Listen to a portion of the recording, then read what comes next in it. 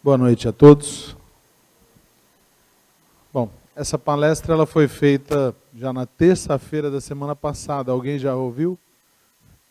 Acho que não, né? Porque a Mônica falou, são públicos distintos, então pediu para eu repetir a mesma palestra que eu fiz na terça, não essa terça, mas na terça anterior. Bom, inicialmente, queria explicar para vocês o que nós vamos tratar aqui hoje, né? Todo mundo acho que já ouviu falar de transição planetária, acho que isso já é um assunto que, né, é bem recorrente nos dias de hoje. Então eu achei importante a gente colocar, tentar entender um pouco mais como que se dá essa transição planetária, né? Cientificamente falando, para a gente poder entender. Não é uma coisa miraculosa, não é um fenômeno, é simplesmente ciência. Então nós vamos entender hoje um pouquinho de como que essa transição desses espíritos que eventualmente vão ser exilados, né, que não vão permanecer no planeta Terra, como é que isso se dá, né? Então, nós vamos ter um pouquinho aqui de aula de astrofísica, né? Pode ser um pouquinho maçante para algumas pessoas, mas é interessante o assunto, tá? Eu garanto que no final vocês vão gostar.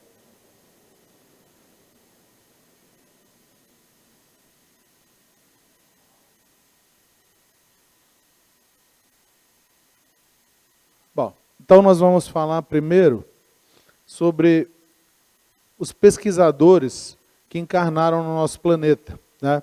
Começando lá de trás, no ano 600 a.C., nós tivemos Tales de Mileto, que teorizou sobre a Terra ser redonda, né? Então, há 600 anos antes de Cristo, ele já falava, a Terra é redonda e as órbitas dos planetas são elípticas. Então, um questionamento interessante, que depois tudo foi confundido até pouco tempo atrás, né? Mas Tales de Mileto já estava dando um tiro mais certeiro há 600 anos antes de Cristo. Depois nós tivemos, em 500 antes de Cristo, Pitágoras, que teorizou sobre a rotação e a translação da Terra. E incluiu, nesse estudo, o sistema solar. Então, já sabia que existia ali outros planetas, né, que estavam ali junto com a Terra. Em 340 a.C., Aristóteles chegou à conclusão que a Terra era redonda e teorizou o modelo geocêntrico, ou seja, a Terra era o centro de tudo e o Sol que girava em torno da Terra, certo? Aí no ano de 140, Ptolomeu, ele chegou à conclusão que o universo ele ficava dentro de uma abóboda. Então nós estávamos enclausurados dentro de uma abóboda. E as estrelas estavam ali penduradas nessa abóboda. E essa teoria foi a que foi incorporada pela então Igreja Católica, né? E que ficou valendo durante alguns bons anos.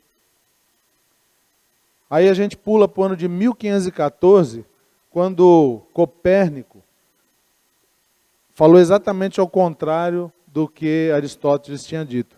Ele teorizou sobre o heliocentrismo, ou seja, a Terra que girava em torno do Sol. E Copérnico frequentava a igreja e por causa disso ele foi expulso da igreja, né? Porque ele foi contra essa ideia que a igreja absorveu aqui, né, de Ptolomeu. Então ele não podia dizer que a Terra não era o centro de tudo. Então para a igreja ficou incorporado até o ano de 1609, quando Galileu Galilei descobriu o telescópio, né, inventou o telescópio na verdade, e ele confirmou a ideia do heliocentrismo, né, que era a Terra que girava em torno do Sol, e ele confirma as órbitas elípticas, que Tales de Mileto tinha já aclamado lá em 600 a.C., né? Então, ou seja, nós já estamos no ano de 1609. 1609 foi ontem, né? Não é tanto tempo assim. Então, nessa época, com invenção, com instrumento, aí o homem já começou a descobrir o que tinha além, né, do que ele não conseguia enxergar sem instrumento. Porque aqui no ano de 140, né, Ptolomeu, que a igreja incorporou isso até o ano de 1500 e pouco, que a gente vivia dentro de uma abóboda. Então isso era o universo, né? Bom, depois no ano de 1687 veio Isaac Newton, descobre a lei da gravidade, ele teoriza sobre a lei da gravidade, né? E um modelo matemático para os corpos celestes. A gente já começa a avançar na ciência.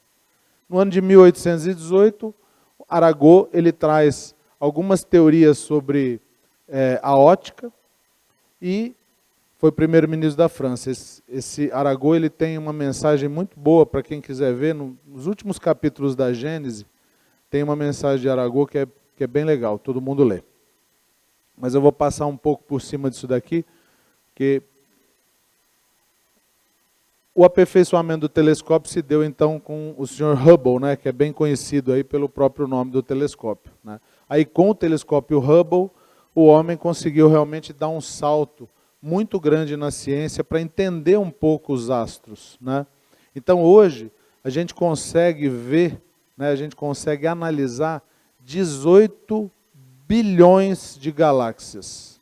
18 bilhões, não são milhões não. São 18 bilhões de galáxias que são perfeitamente visíveis com os instrumentos que nós temos hoje. Então vocês vejam que em 2.600 anos, que salto que o homem deu na parte da astronomia. Nós conseguimos ver que esse mundo que a gente vive, esse mundinho que a gente vive, é muito pequeno perto do que tem aí fora, não é? Então esse universo tão grande, né, que existe, a gente vai entender um pouco como é que isso influencia na nossa vida.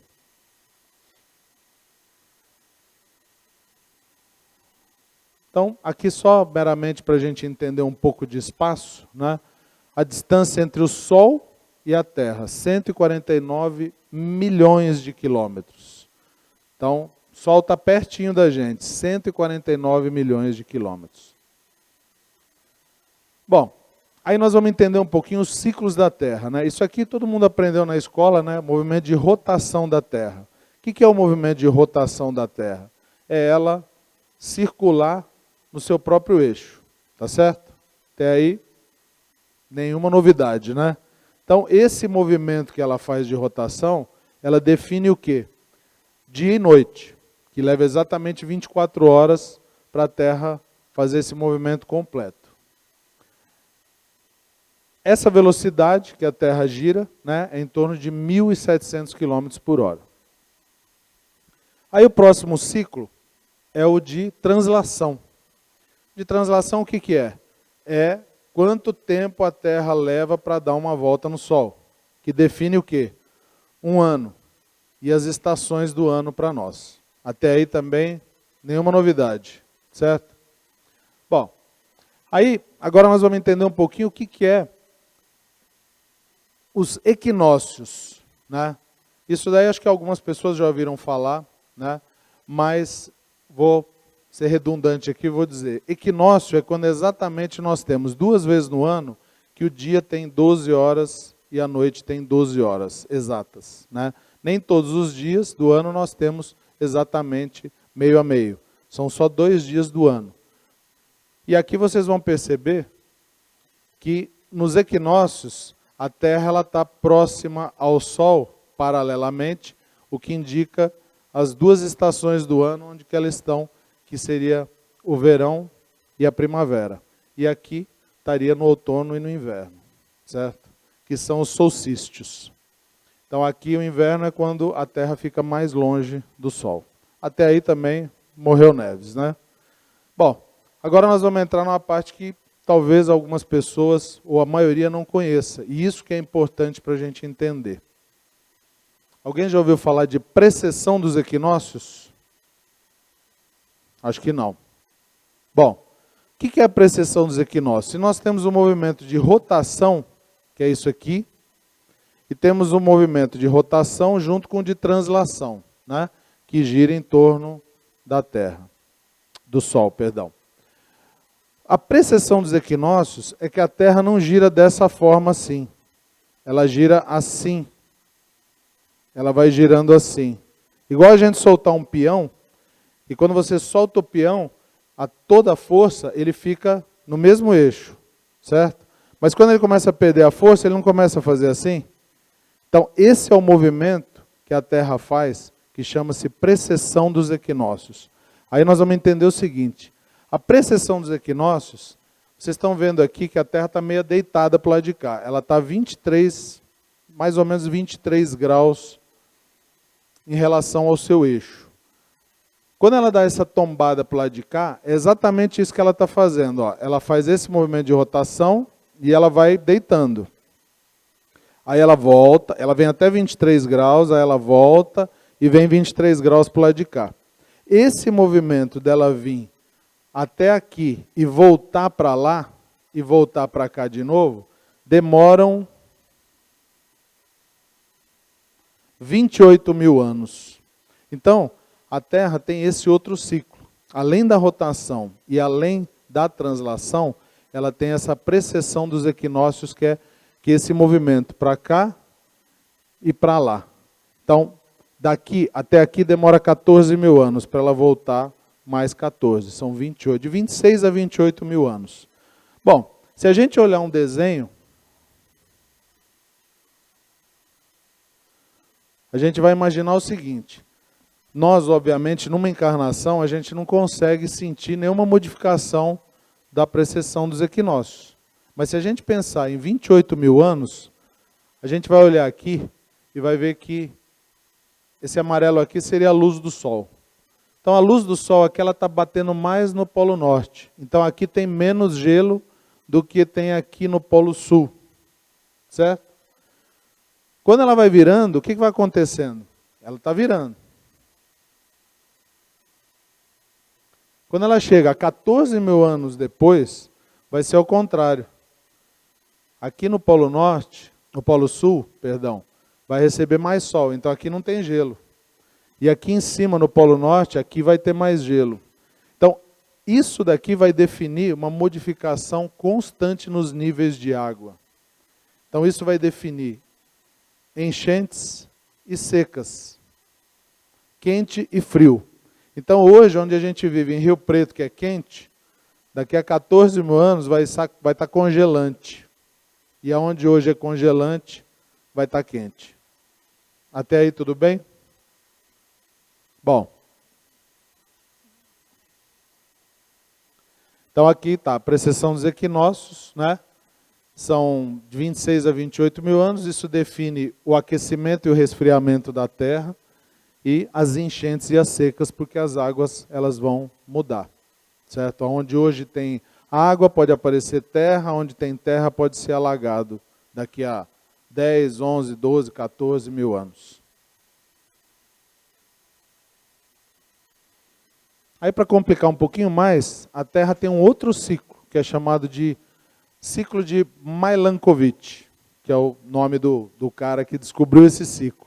Além da Terra fazer esse movimento de rotação e esse, que é a precessão dos equinócios, que é isso, ela faz ainda um outro movimento que é esse aqui, ainda sobre o seu eixo. Esse movimento de Milankovitch demora 41 mil anos. Então, para ela sair daqui, vir para cá e voltar, são 41 mil anos. Então, vocês imaginam, são 4 movimentos, os movimentos da Terra. A duração desses ciclos vai, obviamente, definir tudo que a gente está falando aqui. Aquecimento da Terra, resfriamento da Terra, enchentes e secas, né? E hoje a gente já sente algumas dessas situações acontecendo, né? Tem as tsunamis que acontecem aí, que estão acontecendo com mais periodicidade do que no passado. Isso já é uma modificação no nível desses ciclos da Terra. Então aqui nós vimos os 4 movimentos que a Terra, os 4 ciclos que a Terra tem, né? Que é a rotação, a translação, a precessão dos equinócios e o Milankovitch, que está tudo aqui. E aqui está a órbita elíptica da Terra em relação ao Sol. Certo? Bom, então aqui nós temos o nosso planeta, Terra, que está girando em torno do Sol, juntamente com outros planetas que faz parte de um sistema chamado Sistema Solar. O nosso Sistema Solar, junto com outros sistemas solares, estão orbitando em torno de uma constelação. A nossa constelação, juntamente com outras constelações, estão orbitando uma nebulosa. A nossa nebulosa, com outras nebulosas, estão orbitando uma galáxia. E algumas galáxias juntas estão orbitando uma supernebulosa. Então isso dá para a gente entender um pouco a grandeza, né, do universo. Está aqui, ó. Então tá, esse aglomerado todo que a gente está falando aqui, né, a gente está no meio daqui, de algum lugar aqui, orbitando sempre em torno de alguma coisa. Então a gente vê que os ciclos da Terra, né, é tudo magnético. Então um planeta depende do magnetismo do outro planeta. Por isso que a gente não sai voando por aí. A Terra não desloca do sistema solar, né? Está tudo muito junto. Como esse sistema solar, junto com outros sistemas solares, estão orbitando uma constelação. Esse magnetismo faz com que tudo funcione perfeitamente. Essa é a perfeição, obviamente, pensada pelo nosso Criador, né? Isso daqui não podia ser feito sem uma inteligência suprema por trás disso, ou sem uma inteligência por trás disso, né? Então, a gente começa a ver a grandiosidade do universo, a gente começa a entender a nossa pequenez, né? E a gente vai vendo, à medida que a gente vai entendendo o amplo, a gente vai compreendendo o micro, que somos nós, né? Bom, entendido onde a gente está no meio disso tudo, aí vem aquela pergunta, né, primeira do Livro dos Espíritos, que é Deus? E lá está teorizado como, né, uma maneira bem simplista de dizer o que é Deus, né, que é a inteligência suprema, a causa primária de todas as coisas. Mas é importante a gente entender que o Deus, né, que a gente denomina Deus, que é essa inteligência, ele não é um Deus tribal.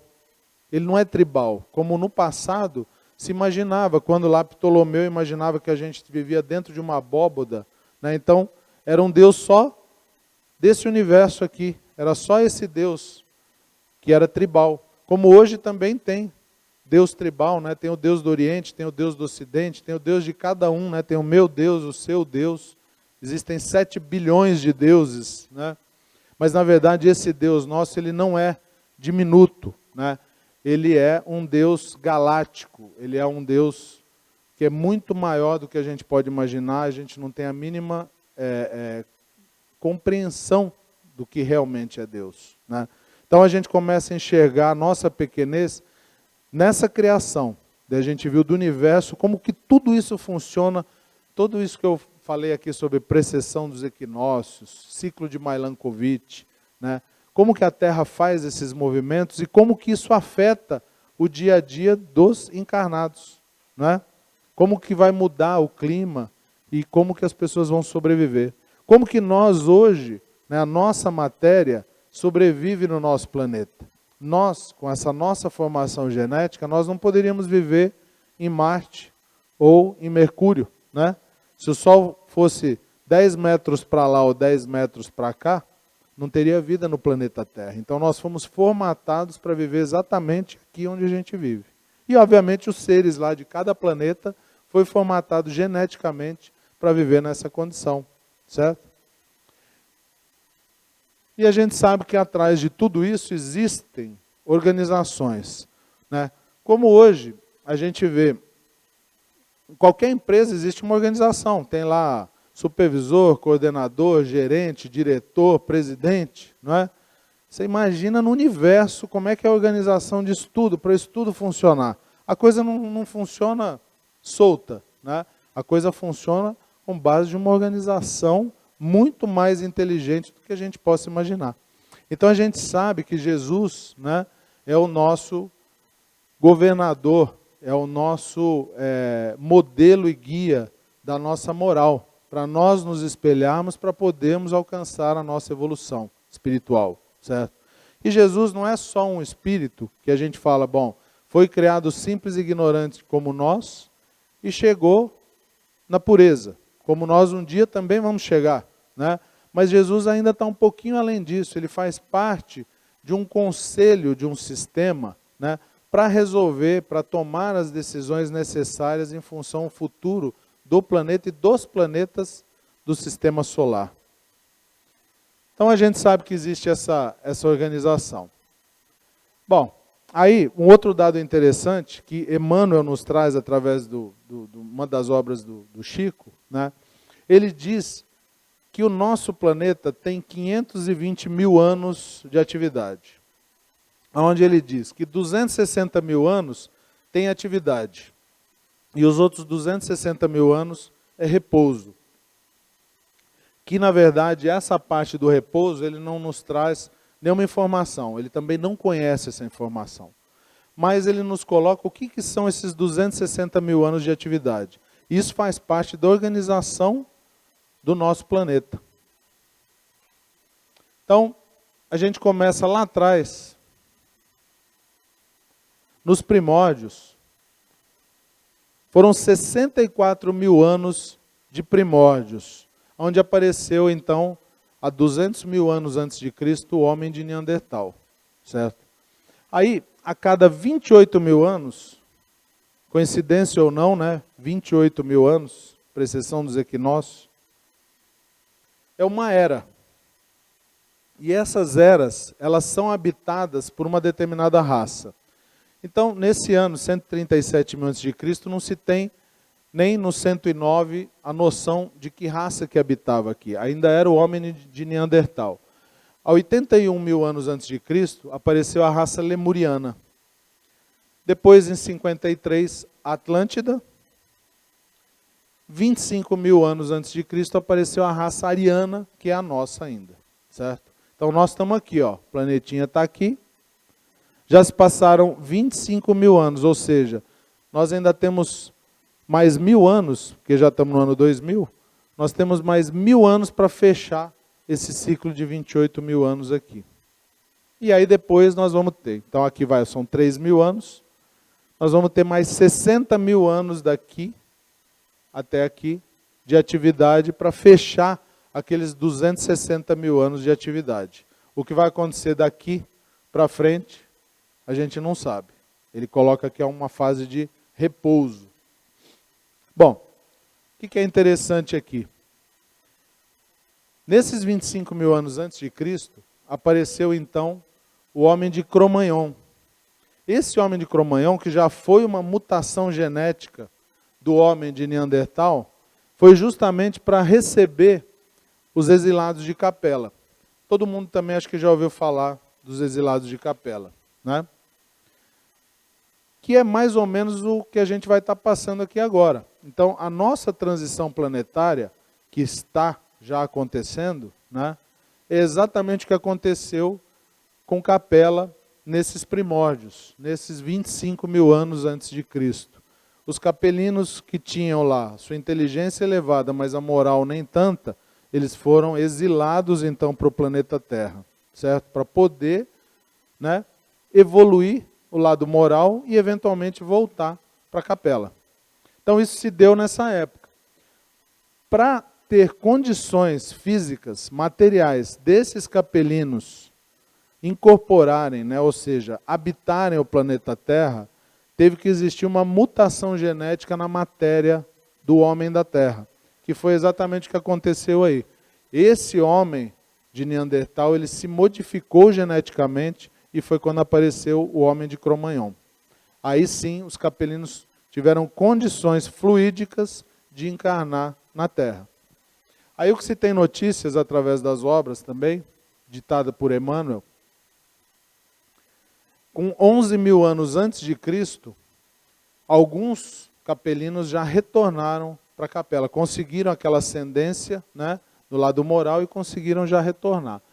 E aí quando a gente vê há 4 mil anos antes de Cristo, que é bem o aparecimento aí de Adão, né, que para nós consideramos a raça adâmica, na verdade, que são aqueles capelinos que não conseguiram, né, ainda se recompor, né, se melhorarem desse lado moral, e eles não conseguiram retornar ainda para a Capela. Então é o homem ainda no pecado, né? Então tudo aquilo que está na Bíblia, nos evangelhos, né, que nos retrata exatamente isso, né? A perda do paraíso, que seria a Capela, e não retornando ao planeta, né, de origem deles, eles continuaram ainda no erro, né, no pecado, entre aspas, Então, isso foi dado como o Adão da raça adâmica há 4.000 anos antes de Cristo. E alguns capelinos ainda estão aqui até hoje, ainda tentando melhorar-se para poder voltar um dia para a capela. Então, a gente tem Jesus, né, como nosso supremo orientador da nossa evolução moral. E temos os instrutores para essa evolução física e espiritual. Jesus, obviamente, não está sozinho, tem uma série de assessores, né? E aí, dentro desses assessores, nós temos aí notícias de Buda, Zoroastro e Iléu. Iléu, inclusive, foi encarnado também, além de Buda, né, na Terra.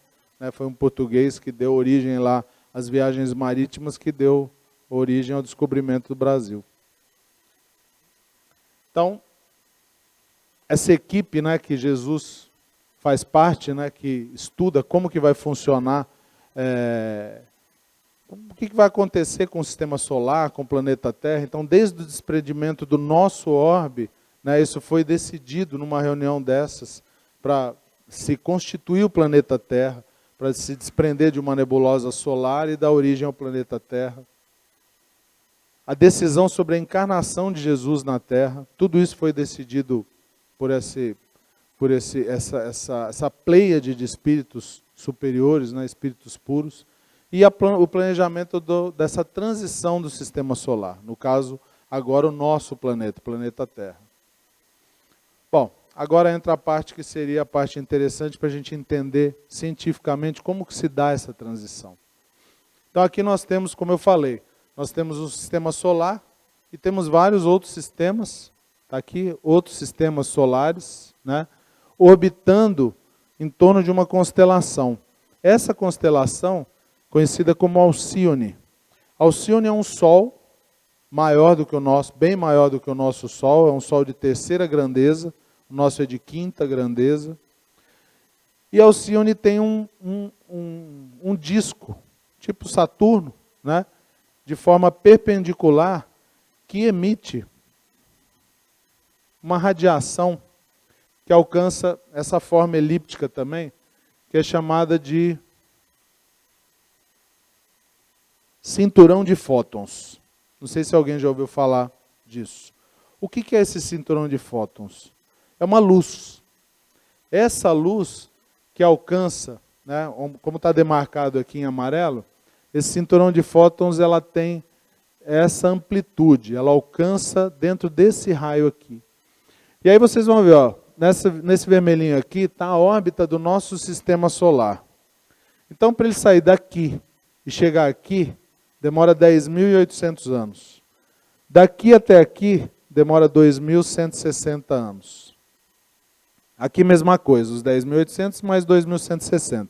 Se a gente somar tudo isso aí, vai dar perto dos 26.000 anos, quase os 28.000 anos, que é aquele ciclo da era aqui que a gente estava falando, que é a precessão dos equinócios também, certo? Então, o nosso sistema solar, quando ele chegou aqui exatamente no ano de 1987. Então, em 87, a Terra, porque ela está girando em torno do Sol, então tem hora que ela está dentro desse cinturão de fótons, nesse ano, tem hora que ela está fora. Aí ela vai entrando cada vez mais, cada vez mais. Ela entrou por completo no cinturão de fótons no final do ano de 2012, que é quando o pessoal dizia que o mundo ia acabar, né? Que era exatamente o que batia com os calendários incas, os maias, que falavam do final do mundo. Mas, na verdade, era o fim de uma era, início de uma outra era. Bom, até aí, tudo bem. O que esse cinturão de fótons vai influenciar na Terra? Porque ela está dentro desse raio de luminosidade.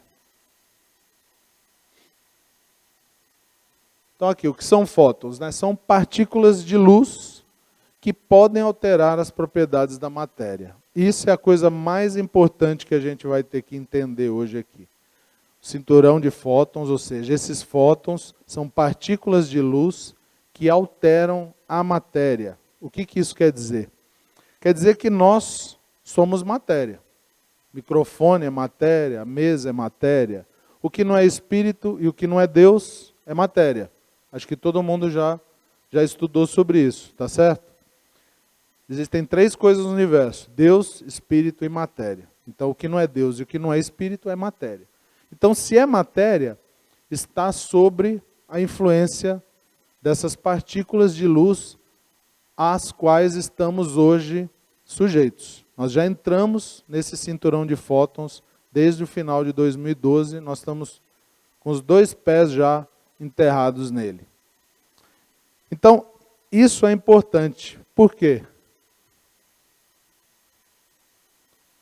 Na nossa transição planetária, o que esses fótons vão influenciar na nossa vida? Alterações físicas. Como nós somos matéria, o que é a matéria? É feita de quê? Lá na parte rudimentar, é um átomo, não é? O átomo, ele tem lá seu núcleo, prótons e nêutrons, certo? Em volta dele orbitam elétrons, certo? Quando esse feixe de luz, essa partícula de luz, penetra nesse átomo, ela bagunça a órbita desses elétrons. Isso é ciência, tá? Ela bagunça a órbita desses elétrons. Quando ela bagunça essa órbita, ela está fazendo alteração na matéria. Quando ela está alterando a matéria, acontece tudo que a gente vê hoje de alterações na matéria, até na matéria física mesmo, nossa, né? Se a gente vê o homem lá de trás, como que se deu aquela mutação genética? Através da mutação da matéria. Então, essa alteração física, ela vai se dar nas propriedades da matéria, do jeito que a gente conhece hoje. Vão estar mais suscetíveis às doenças aos corpos menos saudáveis, né? Então, por influência desses fótons, dessas partículas de luz, os corpos menos saudáveis vão estar mais sujeitos a doenças. Perispírito é matéria, certo? Então os perispíritos vão ter que estar mais refinados, porque eles vão ser modificados também em função dessa alteração genética. Vai ter uma adaptação de uma nova genética, como exatamente aconteceu lá há 25 mil anos, que mudou o homem. Do jeito que a gente mudou lá o homem de Neandertal, mudou para o Cro-Magnon, a gente vai ter uma alteração genética no homem como a gente conhece hoje. Obviamente que isso não vai acontecer da noite para o dia, mas vai começar essa alteração genética. E, consequentemente, isso ainda dentro da parte física, vai ter uma seleção dos espíritos mais moralmente desenvolvidos. E aí nós vamos entender por que isso no lado espiritual. E aí que a gente começa a entender um pouco dessa transição planetária, como que ela se dá.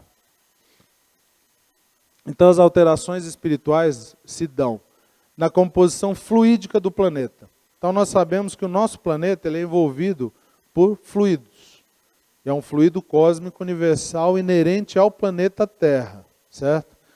Esse fluido, ele é matéria também. Consequentemente, exposto a esse cinturão de fótons, vai haver uma modificação nesses fluidos,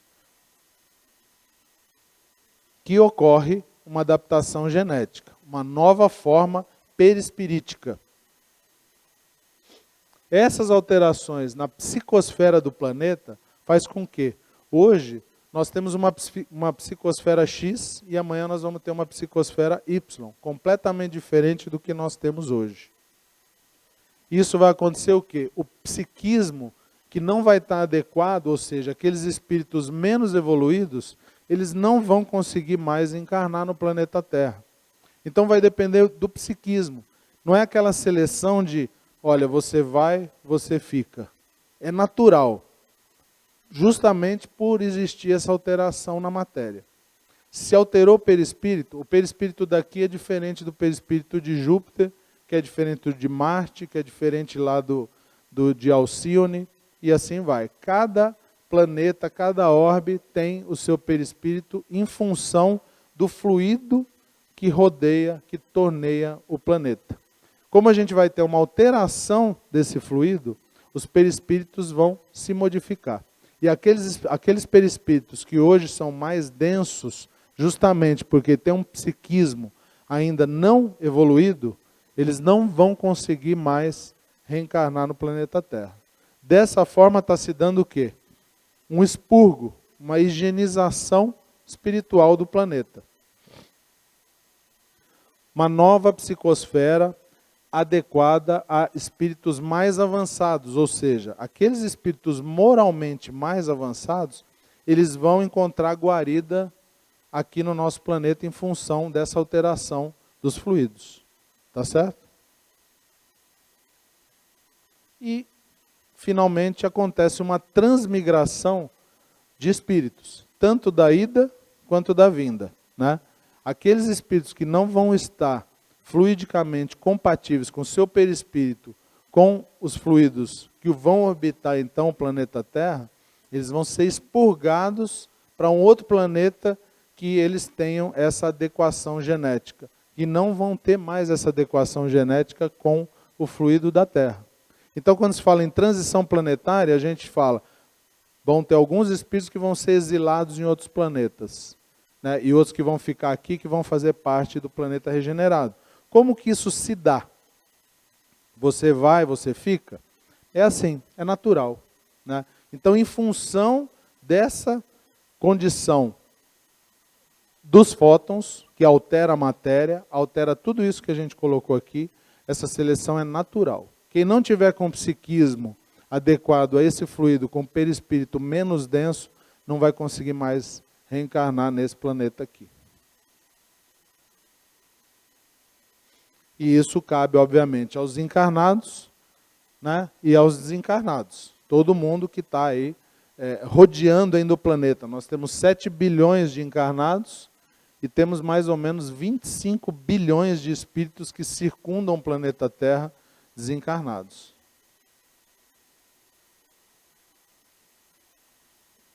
Aqui do livro de Manuel Filomeno de Miranda, né, escrito por Divaldo, psicografado por Divaldo Franco, ele diz o seguinte: estarão reencarnando-se elevados espíritos da filosofia e da arte, da religião e da política do passado, considerados pais destas doutrinas, a fim de poderem reformular, atualizar e conduzir às origens do ideal.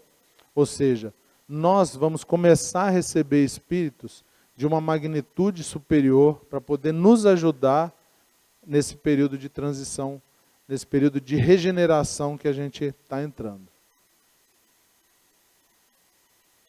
Então, a transmigração dos capelinos deu-se exatamente através do que nós chamamos de transição planetária. É o que aconteceu com eles, está acontecendo com a gente agora. Então, há uma higienização espiritual do planeta, né, onde se convoca, né, isso empurra, né, a gente para quê?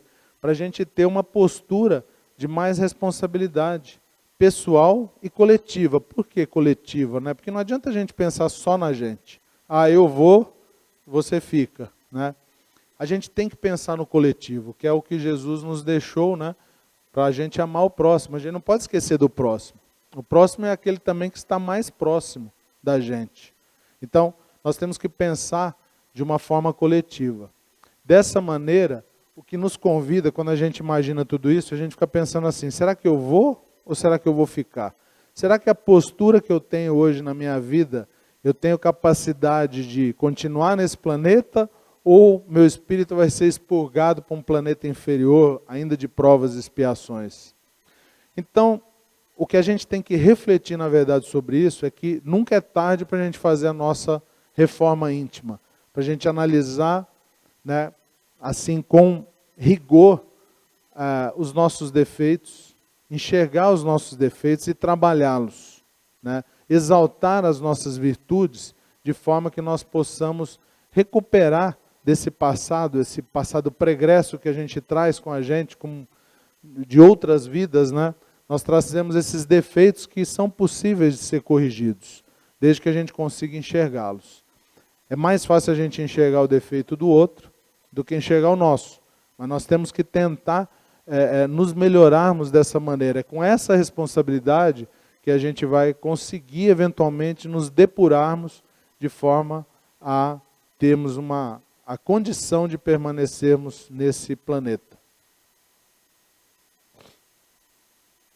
Então a transição planetária é um processo que envolve a sucessão dos eventos no plano físico e espiritual. Então a gente vê aí as grandes catástrofes e acidentes acontecendo, isso tudo é uma coisa natural que faz parte dessa transição. Então, novamente, a gente vê aí tsunamis, destruindo um monte de coisa, vários acidentes que acontecem. Progressão mais rápida através do expurgo de almas, ou seja, como é que você faz essa limpeza no orbe, né? Então aconteceu uma catástrofe, morreu lá 50 mil pessoas, desencarnou 50 mil de uma vez. Então é dessa maneira que está sendo expurgado esses espíritos que eventualmente são adversas a essas leis que a gente está falando, que são as leis de amor e caridade. E isso faz parte, né, que a gente chama de lei de destruição, mas que aqui está colocado até como, para a gente entender melhor, a lei de renovação. Né? Tudo que você destrói, na verdade, não é destruído perpetuamente, aquilo lá se renova. Né? Planetas, galáxias inteiras são engolidas aí pelos buracos negros para virar poeira cósmica, para se tornar novamente planetas, nebulosas e outras galáxias. É uma lei natural de Deus, a lei de renovação. Aí, com essa condição dessa mutação genética no planeta, existe a condição física e espiritual da gente receber espíritos mais evoluídos. Aí a gente ouve falar hoje das crianças índigo, cristais, né? São espíritos mais evoluídos que vêm para esse planeta para nos ajudar nesse período de transição. Então, nós vamos ter aí a reencarnação de espíritos mais nobres no planeta. Vai existir essa higienização espiritual do orbe. Tem gente que hoje fala assim, a gente ouve muita gente falar, pô, o planeta, parece que a Terra, o mundo está indo para o buraco. A gente vê as coisas piorarem. Mas isso é exatamente o que faz parte desse expurgo. Esses espíritos, a partir do momento que eles desencarnarem, eles não voltam, não retornam, eles não vão ter mais condições físicas de habitar esse planeta. Então, essa higienização espiritual, ela já começou a acontecer e vai continuar acontecendo, até dar essa limpa geral. Quem não tiver mais no mesmo nível, não vai permanecer nesse planeta. E, consequentemente, a transmigração desses espíritos moralmente mais avançados, que vão ter condições físicas de encarnar no nosso planeta para poder nos ajudar nesse período de transição, na entrada do planeta com um planeta de regeneração. Espero não ter sido tão chata, né? Porque é uma matéria um pouquinho maçante, mas espero poder ter agregado alguma coisa para vocês no conhecimento científico dessa parte da transição do nosso planeta. Tá? Então, agradeço a todos a atenção e até uma próxima oportunidade. Obrigado.